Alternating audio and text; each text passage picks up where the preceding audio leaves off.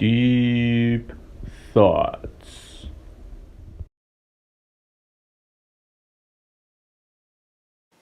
Hey everybody, welcome back to CanHammer and Deep Thoughts. My usual disclaimer, these are my own thoughts, not the thoughts of anybody else or anybody else in CanHammer. So I recently went to a team tournament and the format of this tournament was ETC, European Team Championships. So it got me thinking, different formats for 40K, number one, and also what is the future of tournament formats for 40K.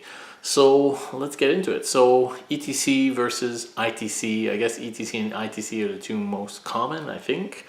And you know, the differences are quite a number. But is one better than the other?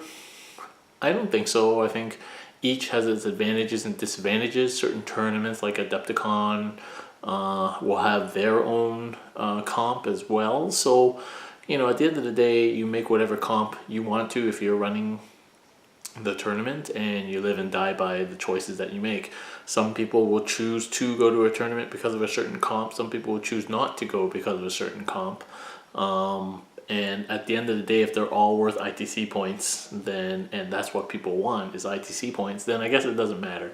And I guess we see that very clearly in Frontline Gaming's move this season to include other types of missions as official ITC missions. So not only do they have their original ITC missions, but they also have taken Renegade Open and Nova missions and altered them a little bit so that they're more standardized scoring wise to the ITC missions. So now you can choose any of those mission types and get ITC points. So it doesn't matter anymore what the comp is, only in terms of what you can bring and what you're expected to face. I think obviously the tournament format will dictate to some extent what you're going to see there.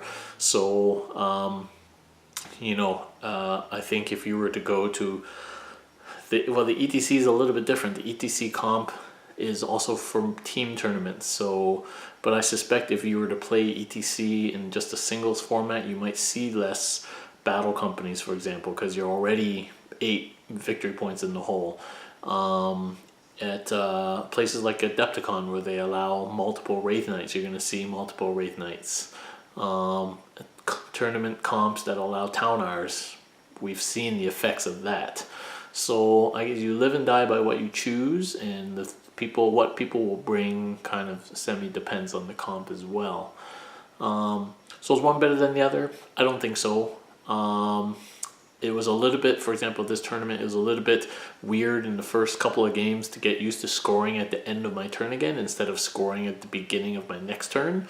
So I like scoring at the end of my turn better because I'm Battle Company, I'm all OPSEC, so I can just move on to an objective and score it. I don't have to survive to the next turn. But, you know, there's advantages and disadvantages to both. So, you know, that's kind of my thoughts on tournament comp. I don't think it makes a difference as long as you plan your list accordingly.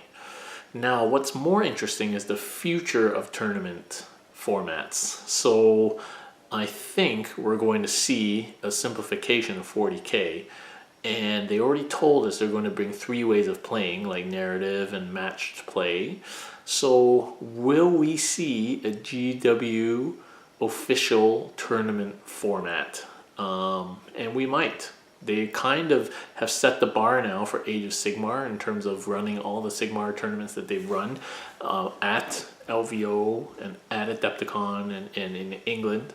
So I suspect we will see a Games Workshop official 40K tournament format. So let's say that happens for a moment and it's X. Are we going to see everybody just using that then because it's the official Games Workshop format? I don't know. It would be interesting to see what happens. I know that Frontline, who run the ITC, and Games Workshop work closely together in figuring out all these things. And so I would expect that if GW came up with an official format, that A, Frontline would just follow that for ITC, or ITC would just disappear maybe, and B, they would have had input into that format, along with people from Adepticon and all the other big tournaments. So it would be very interesting to see, once 8th edition comes out, what happens to the tournament format. And if we see a standardization of all the major tournaments go into the same format, is that going to change how we play tournaments? It's a little bit weird right now that you can go to a tournament with one format and score the same number of points as another format when one format might advantage one type of play or one type of army versus another. So it's a little bit weird that everybody can play whatever format they want and yet they still score the same points in the end. Whereas at least as everything's standardized, that might change that. Of course, it's nice to have variety as well. You know, you don't want to play like 200 games a year exactly the same format and missions. Age of Sigmar, to some extent, maybe suffers from that a little bit because most tournaments will play the 6 missions, the 6 rulebook, general handbook missions, and that's it. There's the 6 of them.